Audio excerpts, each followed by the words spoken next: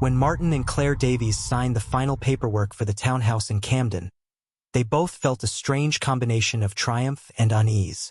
It was a beautiful Victorian building, with narrow bay windows, wrought-iron railings, and an interior that still carried the scent of old wood and faded cigarette smoke. They were aware, of course, whose home it had once been. The estate agent had tried to skirt around it at first, but there was no avoiding the fact Amy Winehouse had lived and died here. The property had been vacant for years, occasionally rented to short-term tenants, but nothing about it seemed truly lived in. The walls seemed to hold onto a memory of someone, like a perfume that clung to fabric long after the wearer had gone. For Martin, it was an investment. Camden was changing, and houses like this were only going to get more expensive. For Claire, it was something else entirely. She had loved Amy's music, had even seen her perform once in a tiny London club years ago. Moving into her former home felt eerie, but also intimate, like stepping into a private diary. Their first night there was quiet, except for the faint hum of traffic beyond the curtained windows. But by the second evening, Claire noticed something odd. While unpacking in the upstairs bedroom, the one they knew had been Amy's, she found herself humming softly. At first, she didn't recognize the tune. Then it hit her. It was Love Is a Losing Game, and she hadn't thought about that song in years. She had no memory of starting to hum it. A few days later, while Martin was at work, Claire decided to explore the loft space. The hatch stuck as she pulled it down, and when it finally gave way, a stale rush of air escaped, carrying the faint smell of tobacco and something sweeter, almost like vanilla. The space was mostly empty, but in one corner, half covered by a sheet, sat an old wooden stool. Claire lifted the sheet and saw faint burn marks on the seat, like the kind a cigarette might leave. Something about it made her uneasy. She lowered the sheet quickly and climbed down. The real strangeness began at night. Around 2 or 3 in the morning, Martin would wake up to the sound of footsteps pacing the hallway. Heavy, deliberate steps, moving from one end to the other, then pausing as though whoever was walking was waiting for something. When he would check, the hall would be empty. No open windows, no creaking boards from a draft. Claire began waking with the smell of strong perfume in the air, one she couldn't identify, only that it seemed familiar, like she'd been close to it once before but couldn't place when. One evening, they invited friends over for dinner. A small group, just 4 people. After a couple of glasses of wine, someone asked about the house, smirking. "So, have you seen her yet?" The conversation turned into jokes about rock star ghosts, until the record player, an old one Martin had bought at a market, clicked on by itself. The needle dropped, and a scratchy recording began to play. It wasn't one of their records. The voice was unmistakable. The party went silent. The song was muffled and warped, but the phrasing, the rasp, the ache in the notes, it was Amy. The record player stopped abruptly before the song could finish. After that night, their sleep grew restless. Claire began having vivid dreams, or what she told herself were dreams of a shadowed figure in the corner of the bedroom. The outline was slight, the hair messy and piled up high, the posture tense but somehow fragile. The figure never spoke, never moved closer, but always watched. Each time Claire would wake, her heart pounding, the air thick with that same perfume. Martin tried to rationalize it. Old houses creak, electrical faults happen. But even he couldn't explain the night he woke to find the kitchen light on and the back door open. The alarm hadn't sounded. Nothing was stolen. On the table was a single cigarette, but still warm, with a smear of deep red lipstick along the filter. They began to speak less about it to each other, as if mentioning it out loud would somehow make it worse. But the feeling grew, a heaviness in the house, a pull towards the upstairs bedroom at night, as if the walls themselves wanted them to remember. It wasn't violent, not in the way horror stories often are, but it was persistent, a presence that didn't want to leave or perhaps couldn't. And sometimes, in the early hours before dawn, Claire would lie in bed, barely breathing, certain she could hear a faint voice from somewhere deep in the house, not speaking, not singing but humming. Slow, mournful, and heartbreakingly familiar. The days in Camden were getting shorter. A wet autumn had settled over the streets, soaking the brick facades and making the black railings gleam under the dim streetlights. The house seemed to drink in the damp, its walls exhaling a kind of chill that no central heating could push away. Martin tried to distract himself with work, staying late at the office, but that only meant Claire spent more hours alone inside. On those evenings, she found herself drawn into odd, absent-minded rituals. She'd make a cup of tea, take it upstairs, and place it on the small table by the bedroom window as though expecting someone to join her. Sometimes she'd catch herself speaking under her breath, half-formed phrases that slipped out before she could stop them. Once, she clearly heard herself say, "It's all right, love, I'm listening." Though she had no idea to whom she was speaking, the music began next. Not full songs fragments. A chord progression from somewhere deep in the house, like a guitar being strummed slowly, tentatively, in another room. She checked the stereo, the television, even the neighbors' windows, but the sound always seemed to come from inside.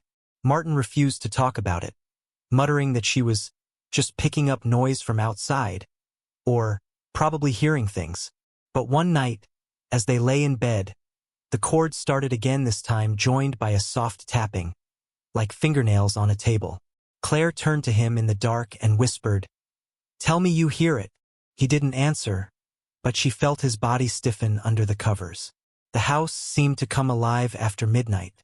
Shadows shifted in the corners where the light never reached, and mirrors seemed to hold onto reflections just a moment too long after someone had moved away. Claire swore the large hallway mirror had shown her an image of herself in a different outfit, a black dress she didn't own, with her hair piled high and dark smudges under her eyes before the reflection blinked back to normal. One Saturday morning, a letter slid through the door. The envelope was plain, no return address. Inside was a photograph, small, square, faded, of the bedroom they slept in now. The bed was unmade, clothes scattered across the floor, a half-empty wine bottle on the windowsill. But in the center of the photograph, barely visible in the shadows, was a figure sitting on the edge of the bed. Her head was tilted slightly, her eyes fixed on the camera. Claire didn't need to be told who it was. She knew. That night, neither of them could sleep. They sat in the living room, a single lamp on, listening to the muted sounds of Camden beyond their windows. Then, faint but clear, from the direction of the stairs, came the sound of a woman's voice humming, just as before, slow and unhurried, almost like she was working through the shape of a song. It wasn't threatening, but there was something unbearably sad in the tone, something that made Claire's throat tighten. Martin stood, ready to call out, but Claire grabbed his wrist. "Don't," she whispered, her voice trembling. The humming grew a little louder, moving down the stairs, step by step, and then it stopped right outside the living room door. The silence that followed was thick, heavy, the kind that presses against your ears. Claire stared at the narrow slice of shadow beneath the doorframe, waiting for a shadow to pass. Nothing. When Martin finally gathered the nerve to open the door, the hallway was empty.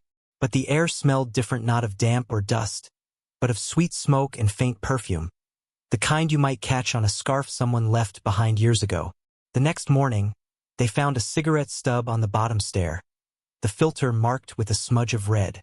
"Don't forget to subscribe and like if you liked this story." The cigarette stub stayed on the bottom stair for 2 days before Claire finally threw it away. She told herself it was nothing. Maybe it had been dropped there by a tradesman before they moved in. Maybe she had missed it during cleaning.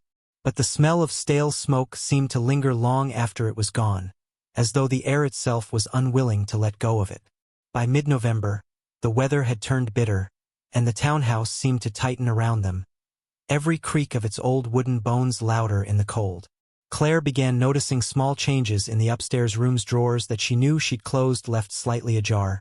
Framed photographs tilted just enough to catch her eye, the faintest sound of a cork being pulled from a bottle somewhere distant in the house. One evening, Martin came home to find her sitting on the bedroom floor, surrounded by open boxes they hadn't touched in weeks. "I was looking for the sheet music," she said without looking at him. Her hands trembled slightly as she turned over loose papers. "What sheet music?" he asked. "The one she wrote for me." The moment the words left her mouth, she froze. The sentence had not been hers. It had arrived whole, complete, without thought. She didn't even know what she meant by she. That night, the cold inside the house was unbearable. They lit the small gas fireplace in the living room, huddling close together, the orange glow casting unsteady shadows against the walls. Around midnight, a soft rustling began above them, slow at first, then more insistent. It wasn't the scampering of a mouse or the groan of settling beams. It was rhythmic, like someone pacing back and forth in the loft. The same measured footsteps Martin had heard in the hallway weeks ago. Claire's eyes stayed fixed on the ceiling, her lips barely moving. "She's upstairs." The words were quiet, almost reverent, and she didn't even seem to realize she'd said them. Martin fetched the step ladder from the kitchen, determined to prove to himself there was nothing there. The metal hinge of the attic hatch groaned as he pulled it down.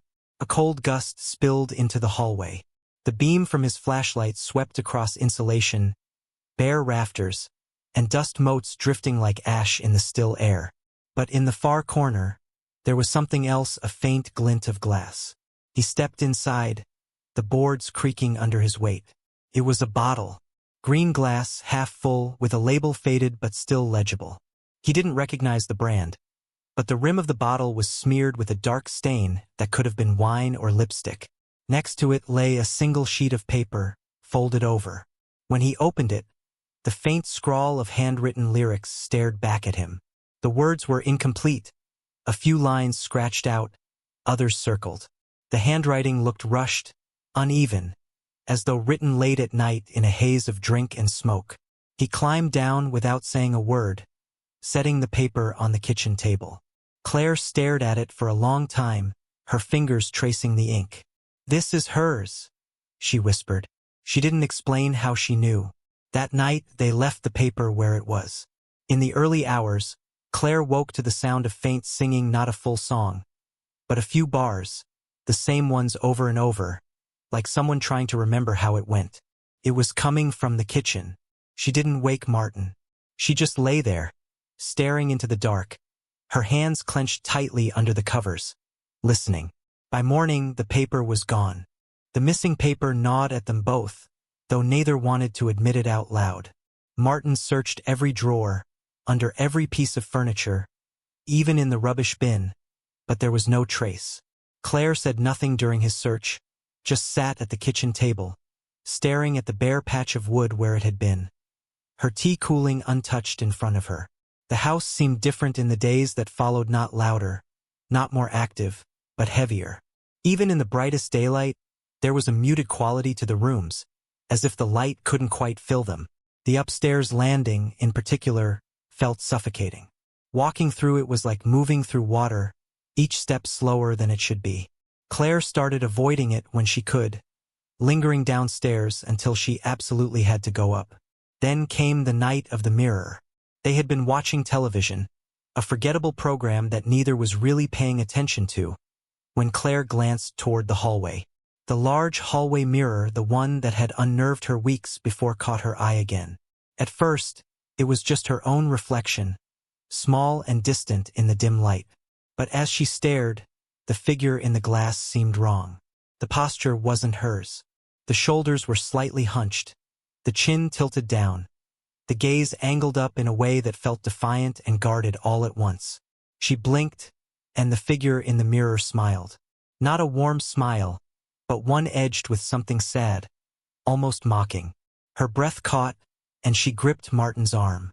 When he looked, there was nothing unusual, just the faint, warped reflection of the hallway lamp.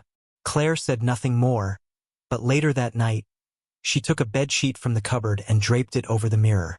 By December, the haunting had shifted into something quieter but more invasive. Claire began waking up humming songs she didn't know or thought she didn't know, until Martin pointed out they were Amy Winehouse tracks, ones she'd never listened to in full. She would hum them perfectly, every pause and inflection correct, like someone who had heard them hundreds of times. Martin, too, was changing. He started drinking more in the evenings, not heavily, but enough to dull the edges of the unease. Sometimes he would sit in the darkened living room with the record player on, cycling through old vinyls that weren't even his, music they had found left behind in a cupboard. The crackle of the needle, The soft murmur of a sultry voice filled the space between them. One early morning, long before the sun came up, Claire woke to the sound of footsteps descending the stairs, slow, unhurried, deliberate.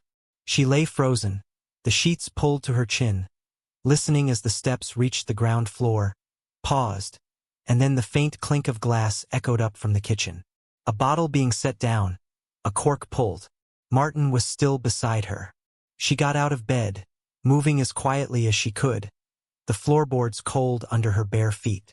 The kitchen door was half open, the light spilling in a pale stripe across the hallway. She pushed it open just enough to see inside. On the table sat the green glass bottle from the attic. Next to it, the folded sheet of lyrics. Before she could step inside, the kitchen light flickered once, then went out. When it came back on, the table was empty. Claire stood there for a long time, her hand on the doorframe, until she realized she was humming again. The nights grew longer, and the house seemed to know it. Every corner felt more shadowed, every sound more pronounced in the winter stillness. Claire tried to hold on to the ordinary rhythms of life, shopping, cooking, phoning her sister, but each day felt like moving through a set someone else had built. Martin kept telling her they were fine, that ghosts don't exist. Yet he'd stopped turning off the hallway lamp at night. The mirror remained covered, though more than once Claire thought she saw the outline of a figure shift beneath the sheet, as if the reflection underneath was moving. The air in the upstairs bedroom was never warm, no matter how high they turned the heating.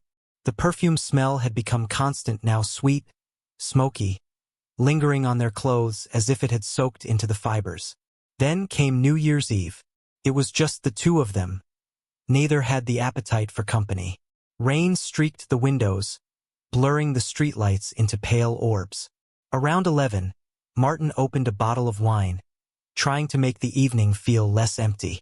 They sat on the couch, half watching a television countdown, when a sound rose from the floor above, a soft thump, followed by the creak of floorboards. Claire looked at him and he nodded grimly. They both heard it. The sound moved deliberate, heavy, not the quick scurry of pipes or settling wood. It paced from one end of the bedroom to the other, paused, and then began again.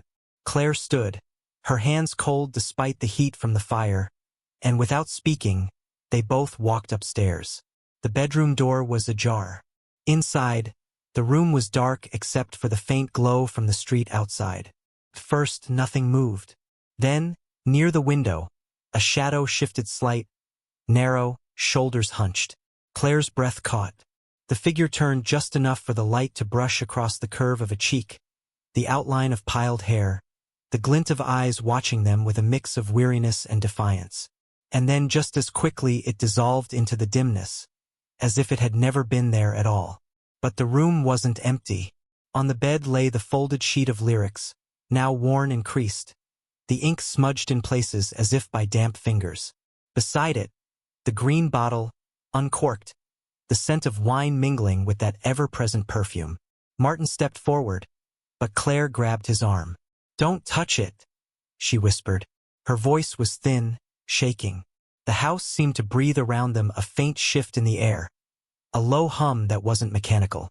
And then they heard it.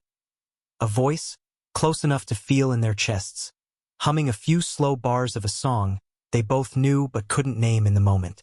The sound was warm, intimate, heartbreakingly human. Martin's eyes darted to the door. "We need to leave." Claire didn't move. She was staring at the lyrics on the bed, her lips moving silently, forming words she didn't remember learning. The humming grew louder, filling the room, wrapping around them. It wasn't threatening. It was inviting. Martin pulled her toward the hall, but she resisted until the last moment, her gaze still fixed on the bed. They left the house that night and didn't return for weeks. When they finally came back to collect their things, the bedroom was exactly as they had left it, except the bottle and the paper were gone. The smell of perfume lingered, and sometimes, late at night in their new flat across town, Claire would hum without realizing. Just a few bars, low and wistful, the notes curling in the air like cigarette smoke. Don't forget to subscribe and like if you liked this story.